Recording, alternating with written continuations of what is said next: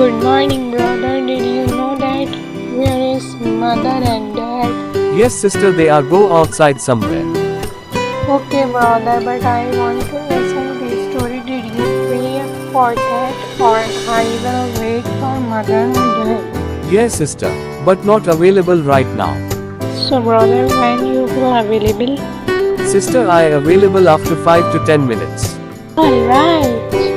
For 5 to 10 minutes, I will go to do my homework, and after 5 to 10 minutes, I will come back and listen the story from your side. Thank you. Alright, I am also going to my work. Okay. You are free now? Yes, sister, tell me which story you want to hear. I want to hear the story of the voice of truth.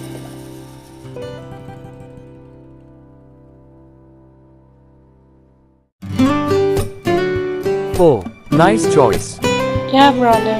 In the bustling city of Veritas, where the skyline was dominated by towering corporate buildings and the streets hummed with the energy of ambition, there lived a man named Ethan Vance. Ethan was an investigative journalist with a reputation for uncovering hidden truths, no matter how dangerous. He believed in one thing above all else: truth had a cost, but it was a price worth paying.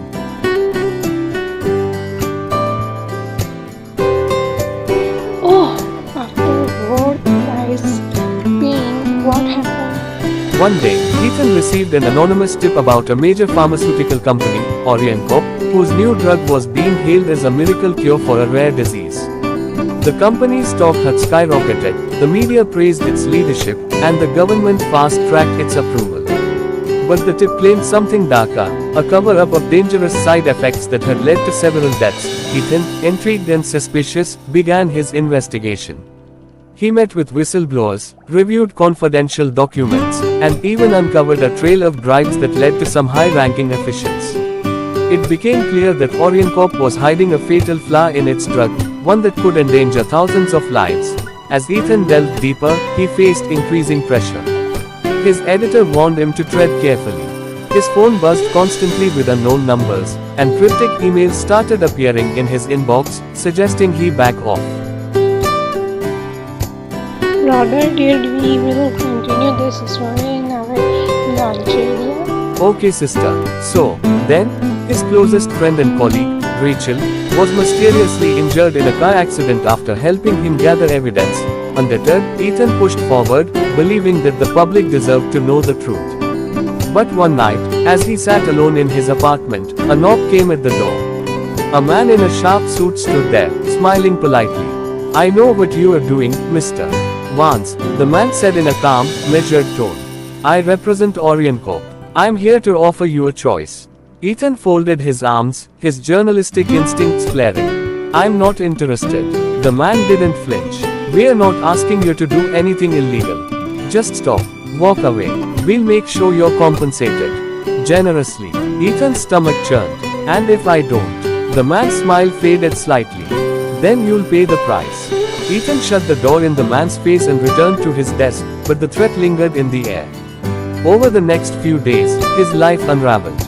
His apartment was broken into, his car was tampered with, and OrienCorp's lawyers sent a barrage of legal threats to his editor. Still, he pressed on, knowing that publishing the truth could save lives. As the deadline for his article approached, Ethan received a final warning. This time, it wasn't a man in a suit. It was a video, Rachel, his colleague, tied to a chair in a dark, undisclosed location. A voice off camera made it clear: if Ethan published the story, Rachel wouldn't survive. Ethan sat in silence, staring at the screen. The truth was heavy, its price now painfully clear. Exposing OrienCorp would destroy their lives and potentially save lives, but it would cost Rachel hers. He had spent his entire career believing that the truth was always worth the sacrifice. But now, that sacrifice had a name, a face, someone he cared about. The night before his story was set to publish, Ethan made his decision.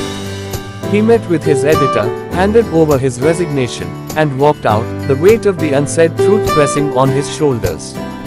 OrienCorp's secret remained buried, and Rachel was released unharmed. Weeks passed, and Ethan disappeared from the public eye, guilt gnawing at him. He couldn't escape the knowledge that he had let the truth slip through his fingers. One evening, while sitting at a diner, a stranger slid into the booth across from him. It was the same man from Orient Pop, still wearing that sharp suit, still smiling politely. "You made the right choice," the man said. Ethan didn't reply. He simply stared out the window, knowing that in a world where the price of truth was so steep, sometimes the cost was too great to bear, but deep down, he knew the truth had a way of resurfacing. And when it did, someone else would have to decide if they were willing to pay its price. This is a very good story, and I learned a very good lesson from this story. Thanks, brother.